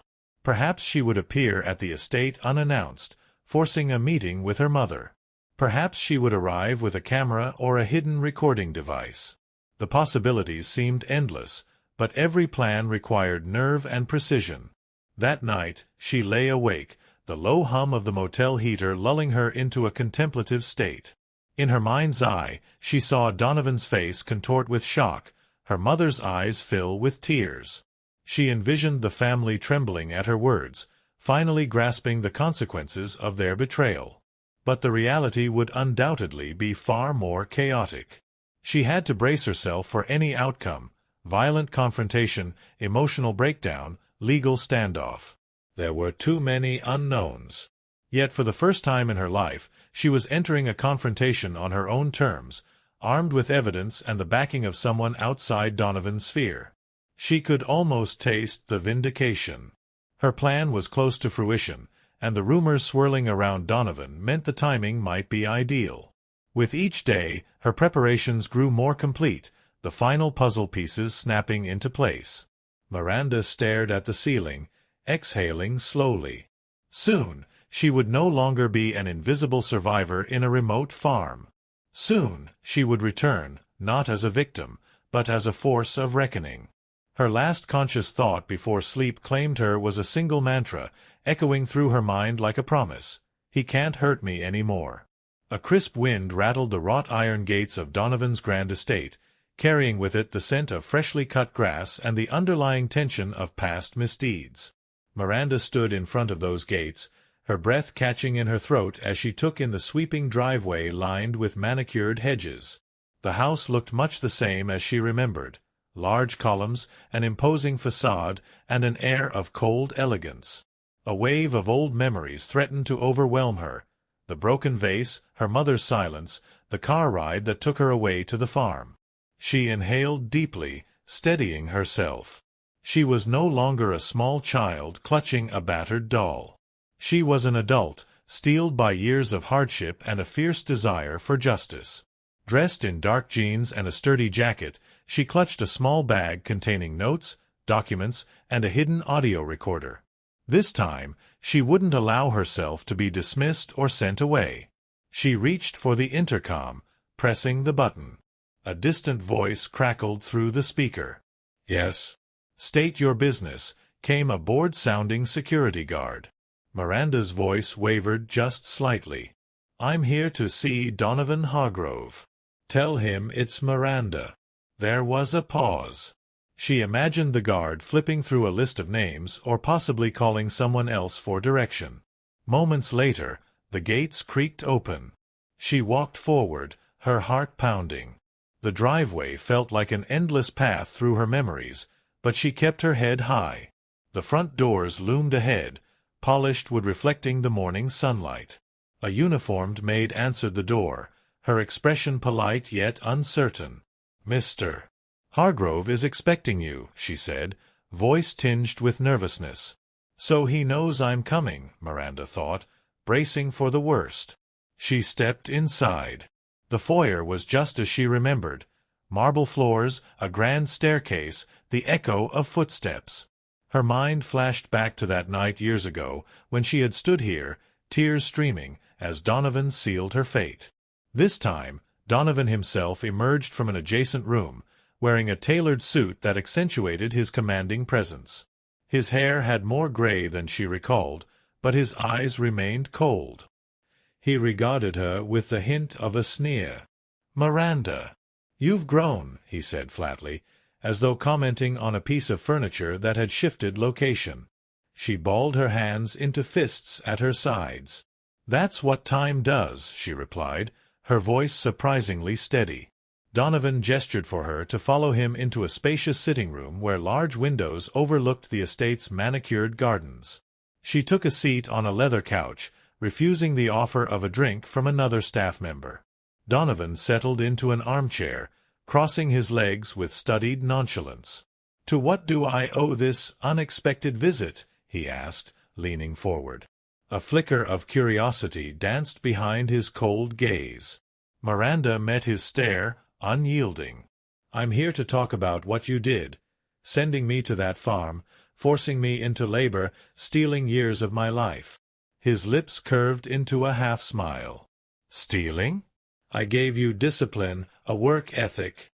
You were on a destructive path, and I—" She cut him off, rage flaring. "You abused a 9-year-old. You manipulated my mother. Don't try to spin it any other way." The tension in the room was electric. Donovan straightened. "So, what now? You plan on blackmailing me? Or is this an attempt to extort money? Because if it is, you'll find I have very little patience for—" "I'm not after your money," Miranda snapped. "I want answers. And I want you held accountable." Before Donovan could respond, a timid figure appeared at the doorway. Elise. Miranda's breath caught as she took in her mother's appearance. Elise's once vibrant hair was streaked with silver, her face etched with lines of worry. She wore an elegant dress, but her stance suggested a fragility that Miranda hadn't noticed as a child. "Miranda," Elise breathed, her eyes glimmering with a mixture of shock and relief. She took a step forward but stopped, glancing anxiously at Donovan. Miranda felt an overwhelming flood of emotions: anger, longing, betrayal. "We need to talk," she said, her gaze shifting between Elise and Donovan. Donovan clicked his tongue. "Elise, go upstairs. This doesn't concern you right now." Elise hesitated, torn. Miranda's heart clenched. Even after all these years, her mother was still beholden to Donovan's commands. "No," Miranda interjected. "She stays. I won't have this conversation behind her back. I came for both of you." Elise looked at Donovan, who responded with a cold glare. To Miranda's surprise, Elise stood her ground. She stepped into the room, her hands clasped together in front of her. "Donovan, please," she said softly. She's my daughter. I have a right to hear what she wants to say." A heavy silence followed, the atmosphere thick with unresolved anguish. Donovan eventually relented, gesturing for Elise to sit beside him. Miranda sat across from them, her mind racing. This was the moment she had replayed in her mind 1,000 times. She began quietly, her voice trembling with pent-up emotion. "Why did you send me away? Why did you let him treat me like that?" she asked Elise, scanning her mother's face for a flicker of remorse or explanation. Elise swallowed hard, tears forming at the corners of her eyes. I was afraid, she managed, her voice shaking. Donovan had financial control. I owed debts after your father passed. He threatened to foreclose on everything if I didn't comply with his demands. I thought if you learned hard work on the farm, he might relent and let you come back. But then he never. Donovan cut in, voice dripping with contempt. Don't blame me for your poor decisions, Elise. You agreed to our arrangement, and it was your choice to remain silent. Miranda's hands shook with the effort of containing her fury. You forced her, she said, glaring at Donovan. I found letters detailing how you leveraged her debts. You used your power to trap us both. Elise lifted her hands to her face, tears streaming now. I'm so sorry, Miranda. I never wanted you to suffer. Her sobs were quiet, racking her thin shoulders. Donovan scoffed, but Miranda noticed he looked uneasy for the first time. Perhaps he hadn't expected Elise to show remorse so openly. Or maybe he sensed the shift in power now that Miranda had returned on her own terms. A swirl of emotions pummeled Miranda. Sorrow for Elise, anger at her complicity, and a fierce determination to expose Donovan. I have documents that prove the labor conditions on your farm, she told Donovan, keeping her voice steady. If I go public, your philanthropic facade will crumble. He narrowed his eyes. Empty threats. And who will believe a runaway with a vendetta? Miranda pulled a small voice recorder from her bag, keeping it turned off for now. I already have a journalist investigating. Also, I'm not a runaway anymore. I'm an adult, and I can sue. I can testify. And I'm not the only one with a grudge against you. All those farm hands you fired? Some might be willing to come forward. Donovan's complexion turned a shade paler. His hands clenched on the armrests of his chair. Elise looked at Miranda with a flicker of hope in her teary eyes. "What do you want, Miranda?" she asked softly, her voice trembling with guilt and desperation. Miranda steadied herself. She had envisioned this question so many times, but the reality was different. "I want the truth. I want to hear from you both. Every detail of how you decided my fate that night, and why no one ever came for me." Donovan shifted uncomfortably, glancing at Elise as if daring her to speak. Elise wiped her tears and began haltingly. Donovan was controlling. He knew I was vulnerable. I had no income, no inheritance from your father, just debts. Donovan offered a lifeline, but at a terrible cost. When you broke that vase, it gave him the excuse he needed to send you to the farm. He said you needed discipline, and if I resisted, he'd take the house, the estate, everything. He threatened to leave me homeless and bankrupt. Miranda's throat tightened. She recalled her 9-year-old self, desperate for any sign of motherly protection. "And you chose your house over me," she said, bitterness coloring her tone. Elise shook her head vehemently. "It wasn't like that. She faltered, unable to finish. The guilty truth lingered unspoken. Elise had chosen her own security, however coerced, over rescuing her daughter. Donovan, regaining some composure, interjected with icy arrogance. "Let's not forget, I provided food and shelter at the farm. You're alive because I allowed it." Miranda felt her self-control slip. "Don't twist it. You treated me like property." Her voice rose, echoing off the high ceilings. "You exploited me, threatened me, and you're not getting away with it." He rose abruptly, standing at his full height. "You have no idea how this world works, girl. You think you can just barge in here and destroy me with a few papers." His words were dismissive, but Miranda saw a flicker of fear in his eyes. She stood too, refusing to be intimidated. "Watch me," she hissed. "I'm already working with a journalist. I've got enough evidence to raise questions about you and your so-called charities. This estate, your business deals, they'll all be under scrutiny. I'll make sure of it." A tense standoff followed. Donovan loomed over her, a storm of fury behind his gaze. Elise, shrinking in the corner, wept silently into her hands. Miranda's heart pounded, adrenaline coursing. She realized in that instant that she had shifted the balance of power. Donovan, once her tormentor, now had to negotiate on her terms or risk losing his carefully cultivated image. "Get out," Donovan finally snarled, pointing toward the door. "Unless you have a warrant or a legal order, you have no right to be here." Miranda clenched her jaw. Part of her wanted to keep pushing, to corner him further. But another part recognized that she had laid the groundwork. She had confronted him directly, made her threats clear. Staying any longer might lead to a physical altercation or worse. She looked at Elise, whose tearful eyes pleaded wordlessly for something. Perhaps forgiveness, perhaps rescue. Miranda felt a pang of sorrow. Without another word, she turned and walked toward the foyer. Elise rushed after her. "Miranda, please, wait. Let me explain more," she begged, voice choked with sobs. Donovan shouted from behind them, but Elise ignored him, following Miranda onto the porch. Miranda stopped, turning to face her mother. The crisp air felt shocking against her hot skin. "I don't know if I can forgive you," she said quietly, tears gathering in her eyes despite her resolve. "But if you truly regret what happened, meet me somewhere neutral, away from him. Tell me everything. Help me bring him down." Elise hesitated, her face contorted with anguish. I will. I promise.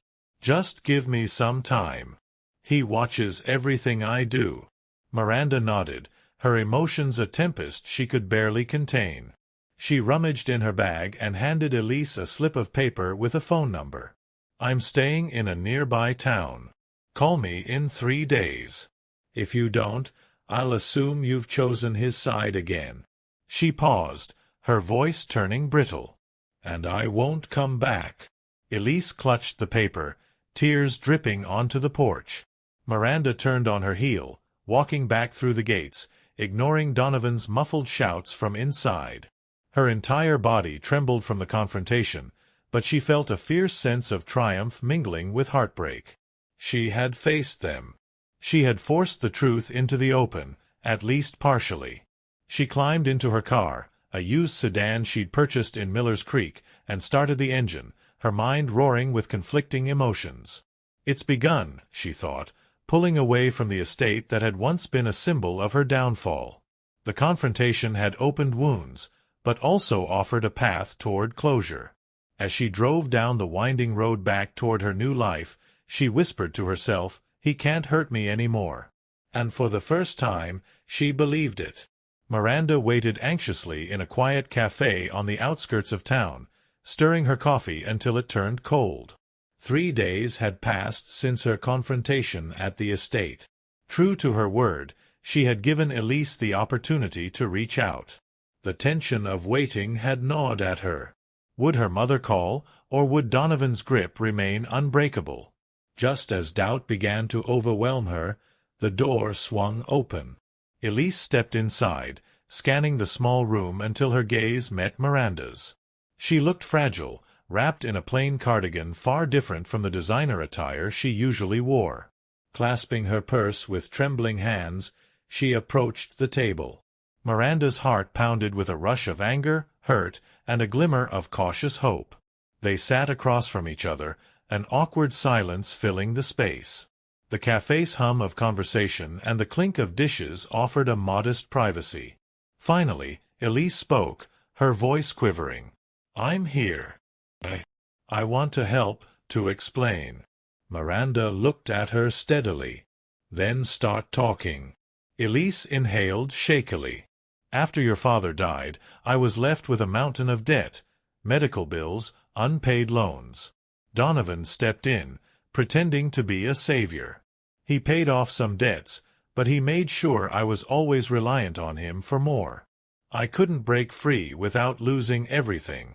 When you broke that vase, he seized on the chance to punish you, to show me how powerless I was. I believed he would just keep you there a short time, teach you a lesson. But he refused to let you go. Miranda's hands shook around her coffee cup. But you never came for me. Tears welled up in Elisa's eyes. He threatened me, Miranda. Said he'd have me declared unfit if I tried to take you back. He had connections. He said the courts would side with his money, that you'd end up in foster care if I challenged him. She paused, voice catching. I was a coward. I let my fear override my duty as your mother. Miranda fought back tears of her own. She wanted to scream that Elisa's excuses weren't enough, that no mother should abandon her child to such cruelty. But behind her anger, she recognized the kernel of truth. Donovan was manipulative and had ways to keep people under his control. Taking a deep breath, she pushed forward. Will you help me now? I have an investigative journalist. If we can gather enough evidence, we can bring him down, expose him for the abuser he is. Elise nodded, though fear lingered in her eyes. I'll try. I have documents, emails, bank records. He made me sign papers tying my assets to his. If we can show the coercion, she trailed off, glancing around nervously. He'll be furious. Miranda pressed her lips together. He's already furious. But we have to finish what we started. They spent the next 2 hours huddled over coffee. Elise revealed the existence of a secret safe in the estate study, combination locked, where Donovan kept sensitive files. She also mentioned a handful of staff members who might be sympathetic witnesses, including a groundskeeper who had once confided in Elise about Donovan's threats. Miranda listened intently, taking notes in a small spiral-bound notebook. She felt a cautious sense of validation. Her mother was choosing, at last, to stand with her. Before leaving, Elise asked quietly, "Can you ever forgive me?" The question hung in the air, taut with years of unspoken pain. Miranda's eyes stung with unshed tears. "I don't know," she answered honestly. "But this is a start." With that, they parted ways, neither offering a hug. Too much had happened for a gesture so simple. Still, Miranda felt a small weight lift from her chest. At least now, she wasn't fighting Donovan alone. She immediately contacted Selena, the journalist, updating her on the new information. Selena's voice crackled through the phone with excitement. "If you can get those files, we'll have a stronger case. You might also consider recording an interview with your mother, in case she backs out later or Donovan pressures her to retract her statements." Miranda agreed, heart pounding. The notion of breaking into Donovan's study to retrieve incriminating evidence was both terrifying and exhilarating. But the promise of finally seeing him face real consequences fueled her resolve. Over the next few days, she and Elise coordinated in secret. Elise learned Donovan would be away on a business trip for a weekend, giving them a narrow window to access the safe without alerting him. The night of the plan, Miranda parked her car a short distance from the estate and slipped through a side entrance Elise had left unlocked. Adrenaline surged as she navigated dimly lit hallways that brought back a flood of memories. The hush of the estate at night felt eerie, reminiscent of the final hours before she was shipped off to the farm. Elise met her outside the study, keys trembling in her hand. Inside, the room was tastefully decorated, with a large mahogany desk, plush armchairs, and a floor-to-ceiling bookshelf. Elise guided Miranda to a painting on the wall, a landscape of rolling hills. She swung it aside, revealing a steel safe embedded in the wall. Carefully, she punched in a code. With a click, the heavy door swung open. Stacks of folders, a few ledgers, and a laptop filled the safe. Elise rifled through them with shaking hands. She snatched anything that looked incriminating: bank statements, real estate contracts, even a personal diary of Donovan's that chronicled his business dealings. Miranda stuffed the documents into a messenger bag. Her heart hammered with each passing second. The entire heist took less than 10 minutes, but it felt like an eternity. Just as they were about to slip out, a noise in the hallway froze them in place. Footsteps! Elisa's eyes went wide. Miranda's mind raced. Donovan isn't supposed to be back yet, right? She motioned for Elise to hide behind a curtain. The study door creaked open, and a maid entered, flicking on a small lamp. She seemed preoccupied with dusting, completely unaware of Miranda pressed against the wall, breath held. After a tense minute, the maid left, humming softly to herself. The door clicked shut behind her. Elise exhaled shakily. That was too close. Miranda nodded, swallowing the lump in her throat. Let's go. They tiptoed back through the corridors, each step a reminder of how precarious their mission was. At the side entrance, Elise paused, tears in her eyes. I can't go with you. If I disappear, he'll know immediately. Miranda understood. Donovan's suspicion would be immediate if Elise suddenly vanished. Stay safe, she whispered, hugging her mother for the first time in years. The embrace was awkward and brief, but it carried a bittersweet mixture of regret and solace. Then she slipped into the night, the messenger bag heavy with evidence that could end Donovan's reign of terror. Back at her motel, Miranda rummaged through the hall, scanning bank statements that showed money flowing between shell companies, property deals timed suspiciously around political donations, and references to unidentified labor expenses. Her pulse raced when she discovered a ledger that mentioned the farm by its official land registry number, with notations about wages withheld and special child labor arrangement. This is it, she thought, adrenaline surging. She immediately called Selina, who agreed to meet her at the diner the next day. Morning came with a sense of destiny. Miranda sat in her usual booth, a mug of black coffee untouched in front of her. The bag of documents rested on the seat beside her. When Selina arrived, Miranda handed over the key pieces of evidence. The journalist's eyes widened as she flicked through the pages. This is big, she breathed. This could imply serious federal crimes, not just local labor violations. Miranda's stomach flipped with equal parts excitement and dread. Exposing Donovan to law enforcement meant incurring his wrath if he discovered her involvement before charges were filed. She thought of the farm, the quiet terror of those years, the staff who had looked the other way. She thought of Elise, who had finally chosen to do the right thing. A surge of resolve coursed through her. No more hiding. Selina snapped photos of the documents, then carefully repacked them. I'll get these to my contacts immediately. This is exactly what we need to build a solid case. But brace yourself, it won't be fast. Donovan will fight back hard. That afternoon, Miranda offered a statement on camera, meticulously recounting her experiences at the farm. The battered barn, the endless chores, the intimidation, the nights spent crying herself to sleep. She clutched the old letters she had once hidden under the floorboards, reading passages aloud for Selina's recording. Each word was like a blade slicing through years of silence. By evening, the first waves of revelation began. Selina leaked a teaser to a local news station, hinting at a major exposé involving a prominent philanthropist. The reaction was immediate. On social media, speculation ran wild. Donovan's name surfaced in hushed online forums, though no official outlet had named him yet.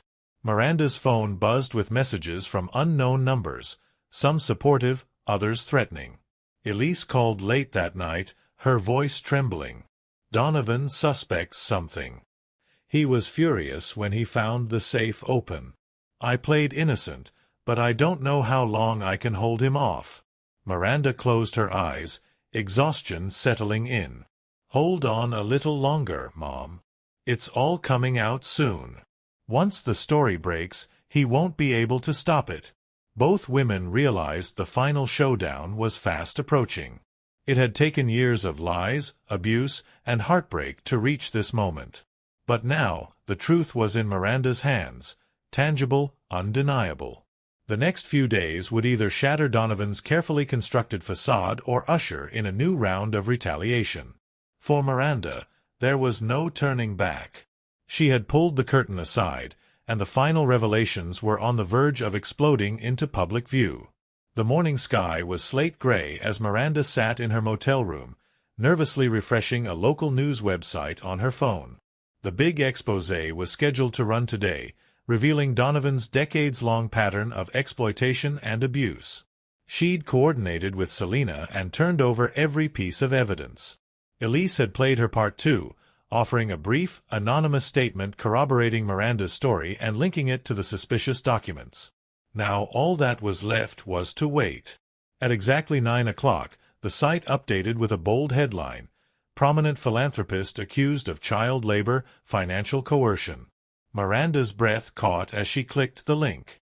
There it was, her story, the farm, the documents, Elise's corroboration. Selena had confirmed Donovan's name, though disclaimers mentioned an ongoing investigation. The article laid out how Miranda, as a child, had been forced into grueling labor, with references to Donovan's ledger entries. It also hinted at possible tax fraud, given the irregularities in his charitable donations. Within minutes, her phone buzzed non-stop. Clara, her neighbor at the motel, called, voice quivering with excitement. "Miranda, did you see the news?" "Is that you?" Miranda confirmed. Clara offered her support, praising her courage. Next came calls from unknown numbers, reporters wanting statements, curious locals seeking more details. Miranda answered only a few, reiterating that she had provided everything to Selena and law enforcement. Later that day, Elise contacted Miranda, her voice laced with both relief and apprehension. "It's all over the TV, and Donovan. He's in a rage. He's making calls, trying to figure out how to spin this." Her tone turned fearful. "I'm worried he might do something drastic." Miranda clenched her jaw. "Go somewhere safe. A friend's house, a hotel.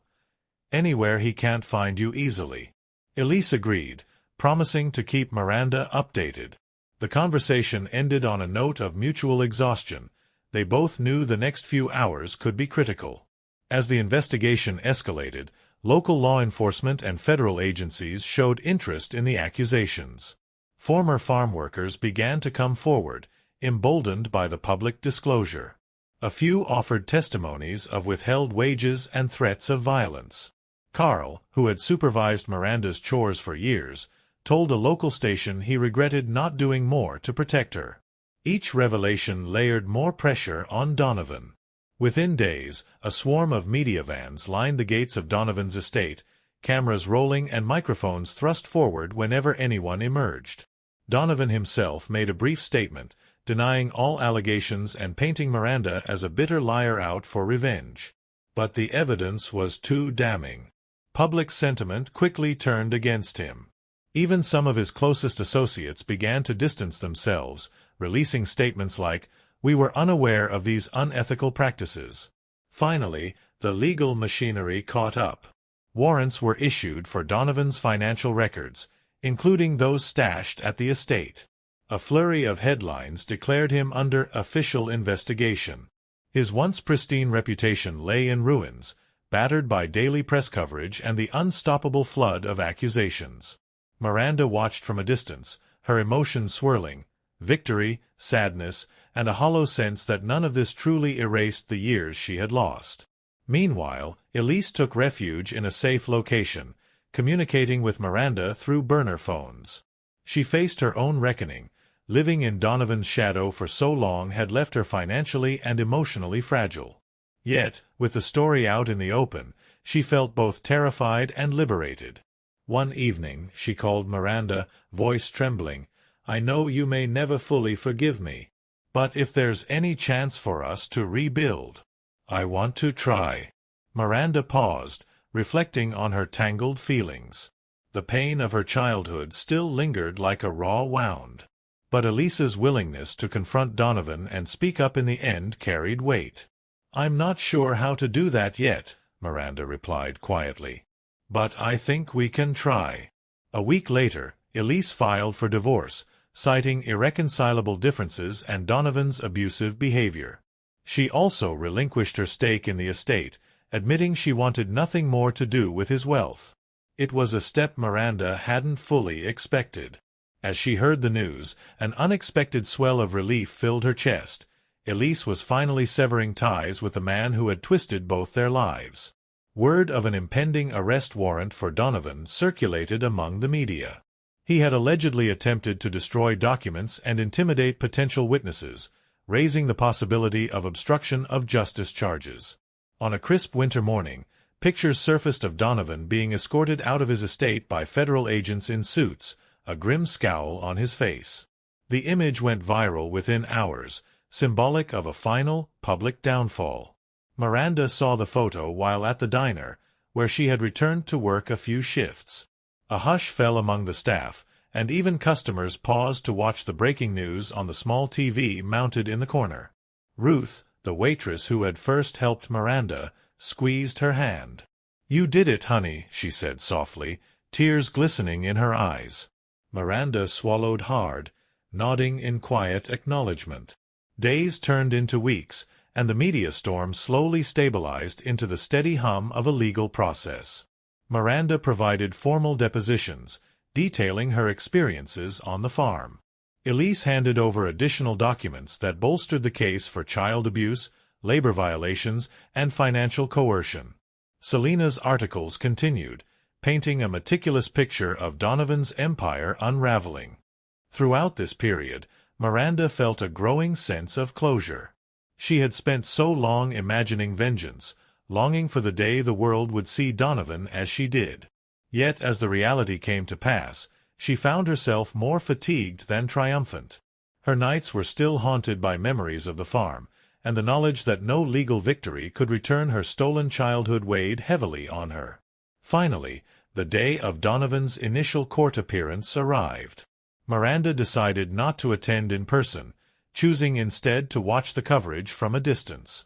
She sat in her motel room, phone in hand, heart pounding. When the cameras caught Donovan entering the courthouse in handcuffs, a flurry of reporters shouted questions. He offered no comment, his once commanding demeanor reduced to a pale, tight-lipped glare. Soon after, Elise called, her voice trembling with both relief and sadness.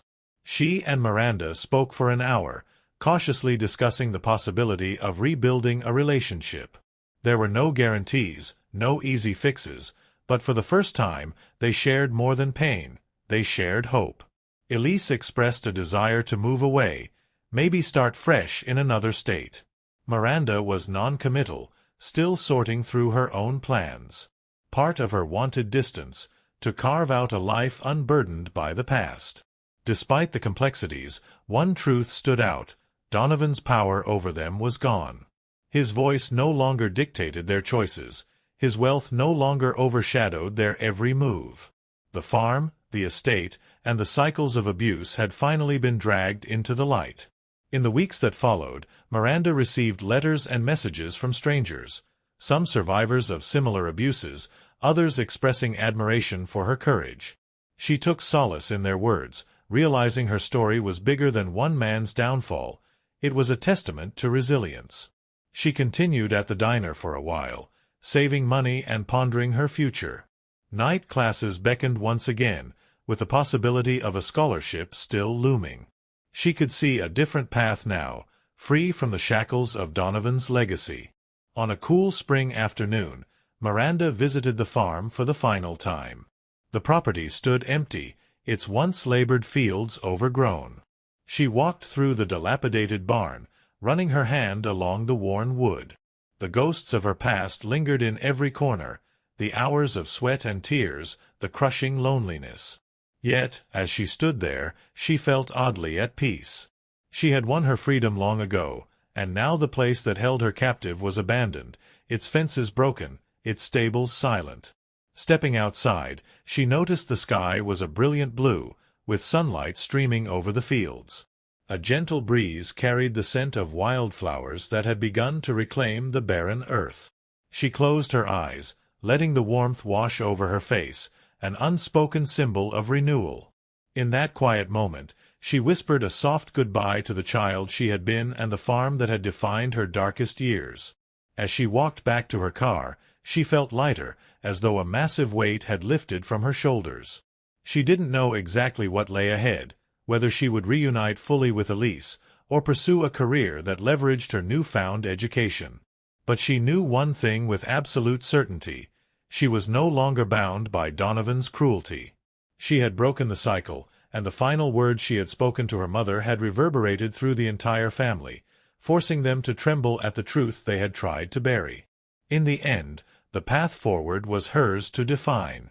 And for the first time in her life, the horizon looked vast and open, beckoning her to explore a future shaped only by her own will and courage.